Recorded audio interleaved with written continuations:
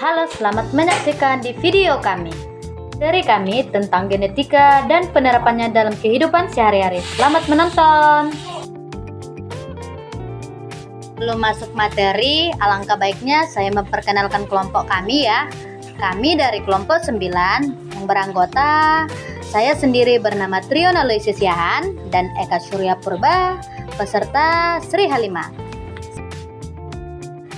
Kami dari jurusan Pendidikan Guru Sekolah Dasar tahun Prodi 2023 dengan dosen pengampu Bapak Fahrul Roji SPD MPD Fakultas Ilmu Pendidikan. Genetika. Genetika adalah ilmu yang mempelajari tentang pewarisan sifat dan variasi yang ada pada makhluk hidup. Cabang ilmu ini mencakup pemahaman tentang bagaimana informasi genetik diturunkan dari generasi ke generasi, bagaimana proses pewarisan sifat terjadi, bagaimana gen mempengaruhi karakteristik individu.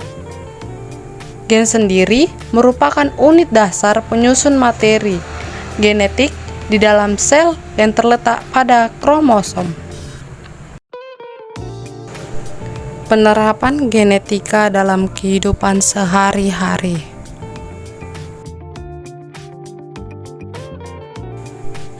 Satu, pewarisan penyakit.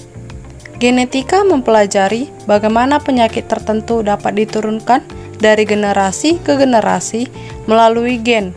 Misalnya, penyakit sickle cell anemia, yang dimana terdapat mutasi pada gen yang menghasilkan hemoglobin, sehingga sel darah merah berbentuk sabit dan menyebabkan kondisi kesehatan yang serius.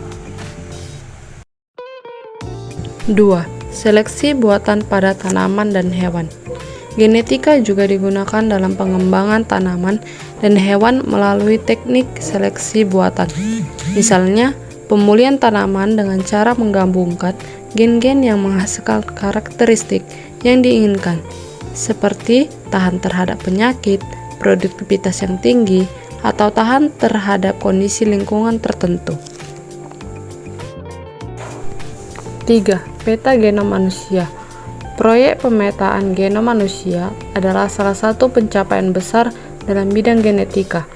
Proyek ini bertujuan untuk memetakan dan mengidentifikasi lokasi serta dari fungsi dari gen-gen yang ada dalam genom manusia.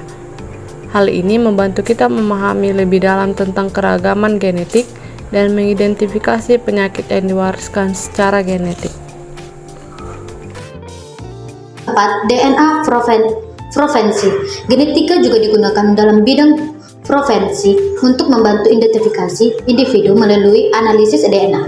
Misalnya, DNA forensik membantu dalam investigasi kriminal dan membantu pencarian kasus tak terpecahkan dengan cara membandingkan sampel DNA dengan data-data DNA yang tersimpan sebelumnya. Kelima yaitu terapi gen. Terapi gen adalah bidang baru dalam genetika yang sangat besar.